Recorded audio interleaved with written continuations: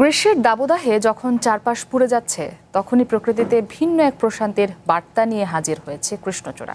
লাল টুকটকে ফুলে সেজে উঠেছে গ্রাম আর শহরের পথঘাট। গোপালগঞ্জের বিভিন্ন এলাকার পথে প্রান্তরে এখন শোভা পাচ্ছে নানা রঙের ফুল। লাল টুকটুকে কৃষ্ণচূড়া ফুলে ছেয়ে গেছে প্রকৃতি। দূর থেকে দেখলে মনে হয় যেন গাছের ডালে আগুন জ্বলছে। গ্রীষ্মের খরতাপে মানুষ যখন হাঁপিয়ে উঠছে ঠিক তখনই এই আগুনরাঙা ফুল এনে দিচ্ছে এক অনন্য প্রশান্তি। গোপালগঞ্জের বিভিন্ন স্থানে কৃষ্ণচূড়া গাছে লাল কমলা ফুল আর উজ্জ্বল সবুজ পাতার মেলবন্ধনে প্রকৃতি যেন নতুন সাজে সেজেছে। বাংলাদেশে এলো এই প্রথম টাচলেস আরএকে সেন্সেশন ওয়াটার ক্লোজেট। কৃষ্ণচূড়ার যে অপার সৌন্দর্য সেটা প্রকৃতি আমাদের বুঝিয়ে দেয় বারবার। তার সেই গাছের শাখা পোশাখা জুড়ে লাল এবং সবুজের যে অপরূপ সৌন্দর্য সেটা আমাদের এটা বলে দেয় যে প্রকৃতি গ্রীষ্মকালেও যে উত্তাপ ছড়ায় তার পাশাপাশি সৌন্দর্যটাও দেয় আমাদের।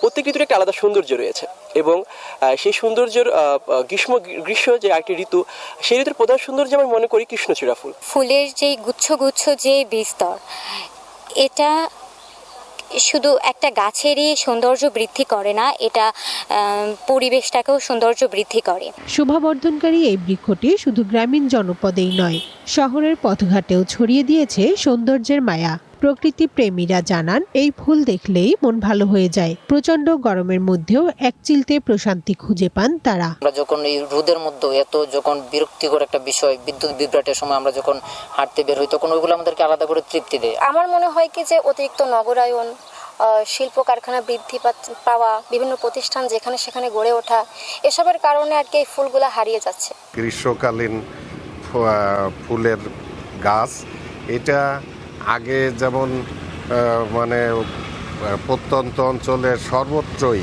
সচরাচর দেখা যেত, এখন আর সেরকম অহরহ দেখা যায় না।